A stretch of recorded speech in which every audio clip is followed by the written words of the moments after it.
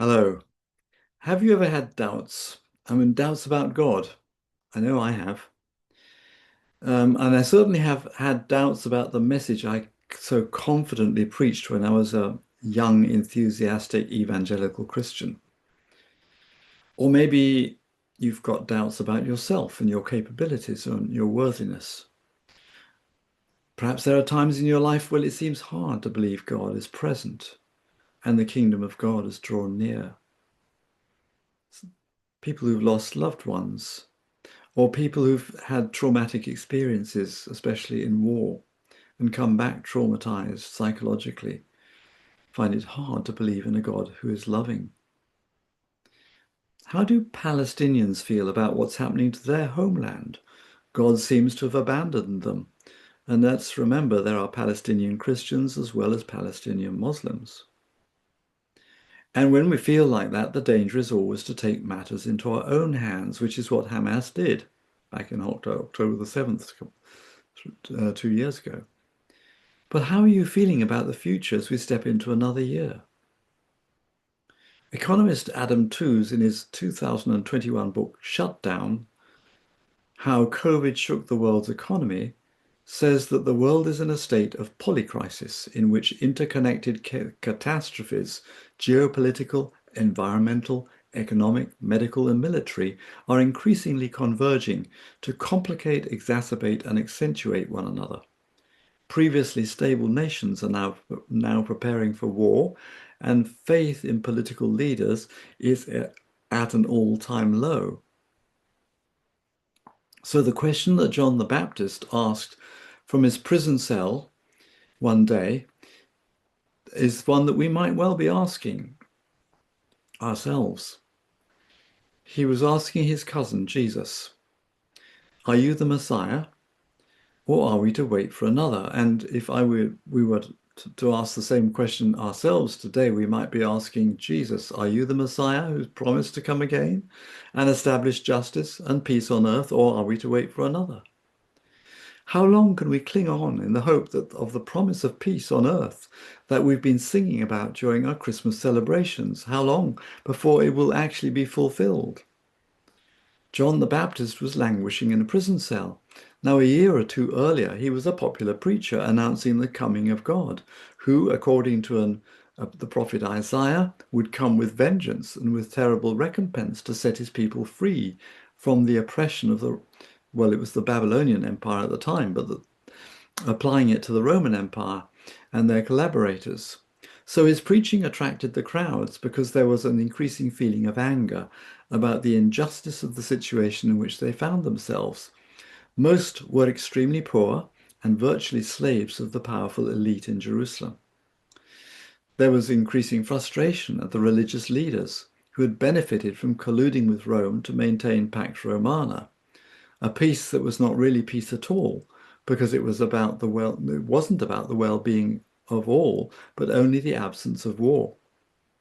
So given his personal circumstances, it's hardly surprising that John the Baptist was having doubts about the message he had so confidently preached, and doubts about his cousin Jesus, whom he had been so sure would be the one that God would use to fulfill the prophetic word he was preaching. So on hearing the message from his cousin, Jesus doesn't give a straightforward answer. Instead, he describes what has been happening through his ministry. The blind receive their sight, the lame walk, the lepers are cleansed, the deaf hear, the dead are raised, the poor have good news brought to them, and blessed is anyone who takes no offense at me or doesn't doubt me.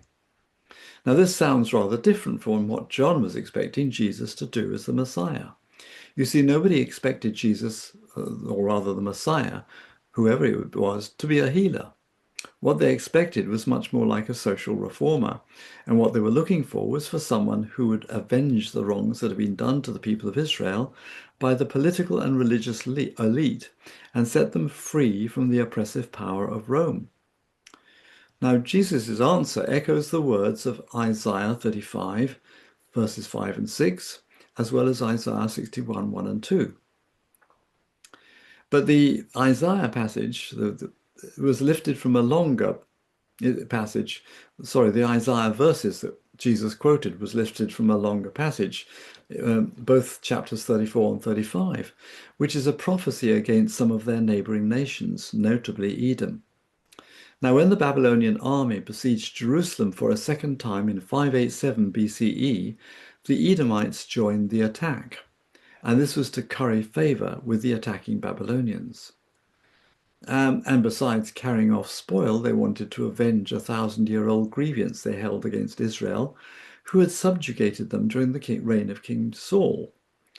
But the enmity between these two nations went right back to their ancestral forefathers, the twin brothers Esau and Jacob. So the Edomites were opportunists. They didn't consider the fact that Babylon might turn against them. And it was this that eventually brought an end to Edom as a kingdom and fulfilled the prophecy of Isaiah 34 and 35. They were eventually assimilated into the Jewish nation. Now, what is interesting is that King Herod, who had imprisoned John the Baptist, was an Edomite.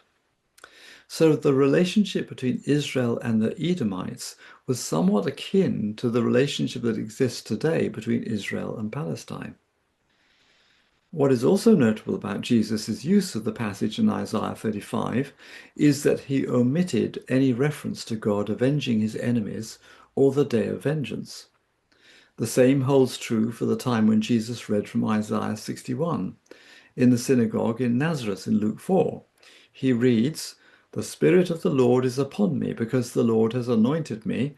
He has sent me to bring good news to the oppressed, to bind up the brokenhearted, to proclaim liberty to the captives and release to the prisoners, to proclaim the year of the Lord's favor."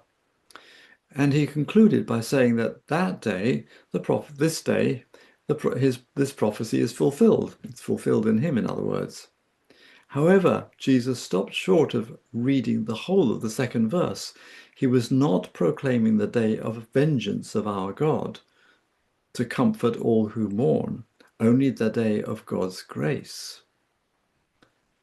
But what we have seen the Zionist government of Israel do as a result of Hamas's attack in October 2000, a couple of years ago, October the 7th, is to take matters into their own hands and assume that they can act as God's agents in the matter, and to, if you like, fulfill the sort of prophecy that the Edomite type of prophecy. Yes, there were and are many in Israel who mourn the loss of their loved ones, but that pales by comparison with the hundreds of thousands of Palestinians who've lost not only their loved ones, but also their homes and their land that has been progressively occupied by Israeli settler colonialists. Was John the Baptist languishing in prison, hoping his cousin would somehow come to his rescue? Maybe, but Jesus was not going to take up arms. His cry on the cross was not for vengeance, but Father, forgive them. They don't know what they're doing. Now, one of the consistent themes in the book of Revelation that I've got a series of videos I'll be doing, I've not yet completed them all, you can see them on my YouTube channel, is that in these days, as we wait for the return of Christ, however that's going to manifest, and I'll deal with that later, the faithful followers of Jesus are not promised immunity from the suffering of the world. We suffer with the world. We also suffer from the world in the fact that many believers are persecuted in some places, in some nations of the world. Nor are we to assume divine protection for our physical bodies or for the corporate body of the church, for that matter. You see, our true self, that part of us that is united with the divine in eternity, is secure. But we're not promised that our physical life, our earthbound life, will be immune from attack, or that the institutional church in its earthly present will survive in its present form. But that may be hard for some of us to take. Now, in the book of Revelation, we hear of the souls of the martyrs crying out, "Sovereign Lord, holy and true, how long will it be before you judge and avenge our blood on the inhabitants of the earth?" Now, the inhabitants of the earth are those whose values are earthbound, whose horizons are earthbound. They worship wealth and power above anything else. So worshipping the created rather than the creator, if you like, which is idolatry. However, this is not the language of private revenge, but of public justice. And if you read the book, the text in Revelation carefully, it's the blood, not the saints themselves, that is crying out. A bit like the blood of Abel in Genesis crying out for justice. So the result of the blood of the martyrs being shed is judgment on those who shed that blood. Now, not long after that, it was John's blood that was shed as he was beheaded because he had dared to denounce Herod's marriage to Herodias, his brother's wife. And though the cry of the martyrs in the book of Revelation is for God to avenge, it could equally be translated vindicate. Just as what Jesus says, I think it's recorded in Luke 18, will not God bring about justice for his chosen ones who cry out to him day and night? An alternative translation, would not God vindicate his chosen ones who cry out to him day and night? You see, God is the God of justice. Now, violence does not bring peace. The only way to peace is to bring about justice for those who are wronged. And this is the Jesus way. Justice is what is needed in Israel and Palestine today. Yes, justice. Now, the Reverend Dr. Mitri Rehab is a Palestinian Christian. He's a pastor of the Evangelical Lutheran Christmas Church in Bethlehem and author of a book called Decolonizing Palestine. And in that book, he describes what has been happening ever since the first Jewish settlers arrived in Palestine, shortly after World War II, as settler colonialism. Settler colonialists come to settle in an occupied land permanently, exercising state sovereignty and juridical control over the indigenous land while ultimately aiming to eliminate the native people. So back to us and our doubts. How does what Jesus say help us today? Firstly, it is not wrong to doubt. Doubt is the flip side of faith. It is only through doubting that the truth, that our understanding of that truth actually grows. It's certainly it is certainty that's the enemy of faith, not doubt. Secondly, although we don't yet see heaven on earth, we do see instances of that heavenly realm breaking in. So I don't know what good news stories we're hearing and seeing today. What about Ahmed al-Ahmad, the Syrian Muslim refugee who tried to stop the gunmen attacking the Jewish community in Bondi Beach? And he was, as I say, a Syrian Muslim. There's been news of young people in their 20s. There's actually quite a move of young people who are rejecting the previous generation's atheism in favor of a much more integrated view of the world, understanding the connection between spirituality and science. And I've heard of 17 teenagers in our local area being baptized. They were actually mostly young men. So thirdly, just as Jesus's answer to John the Baptist invited him to change his expectations about the first coming of Christ, so we may need to change our expectations as to the second coming of Christ.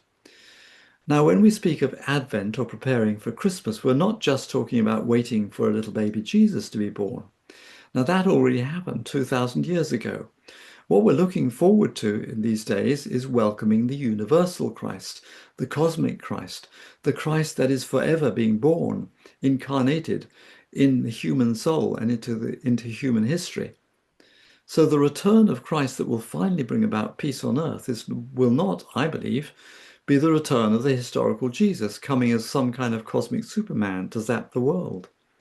Rather, it will be when the number of enlightened humans whose level of consciousness has evolved to become Christ-like reaches a critical mass. At least that's how I have come to understand it. Now, across the planet, something vast is quietly reorganizing itself. The stories that once separated science from spirit, matter from meaning, or self from the cosmos are dissolving. And in their place, an ununitive narrative is emerging. Life is intelligent, relational, and profoundly interconnected. We are not mere observers of life in this universe. We're actually active participants of its expression and evolution. So finally, in the realm of God that's breaking into this world as a result of Jesus' messianic ministry, ordinary believers, the least, the little ones, have equal status with such an important witness as John. That's what Jesus said. He said, look, John is the greatest of the prophets, and yet the least in the kingdom of God is as important as he is. So allowing the painful process of our own transformation into Christ-likeness to complete, and allowing that process to complete, and then testifying to that transforming message of the good news of God's grace and favor towards us is vitally important, for only then will the world believe.